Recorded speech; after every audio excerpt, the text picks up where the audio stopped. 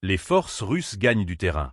En seulement 24 heures, les troupes du groupe Centre ont consolidé leur position sur la ligne de front, infligeant des pertes significatives à l'armée ukrainienne.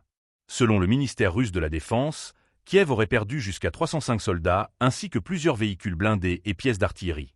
Une avancée qui confirme l'intensité croissante des combats dans l'est de l'Ukraine. Abonnez-vous et partagez cette vidéo pour suivre l'évolution du conflit. Ces affrontements se sont concentrés sur plusieurs zones clés de la région de Donetsk, notamment autour des localités de Zverevo, Sergeyevka, Udaknoye, Shevchenko, Andreïevka et Uspenovka. Moscou affirme que ses forces ont infligé des pertes aux brigades mécanisées ukrainiennes, à une unité d'assaut et à une brigade de la garde nationale.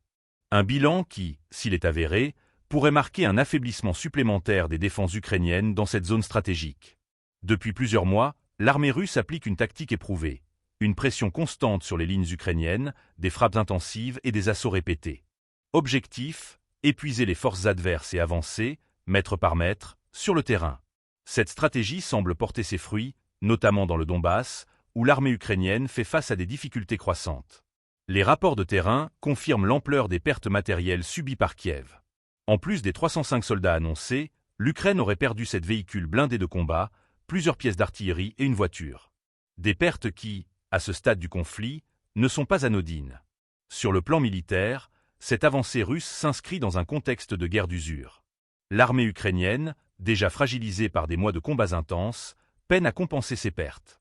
L'aide occidentale, bien que toujours présente, arrive souvent en retard, et les soldats ukrainiens manquent de munitions, de renforts et d'équipements adaptés pour tenir face à la puissance de feu russe.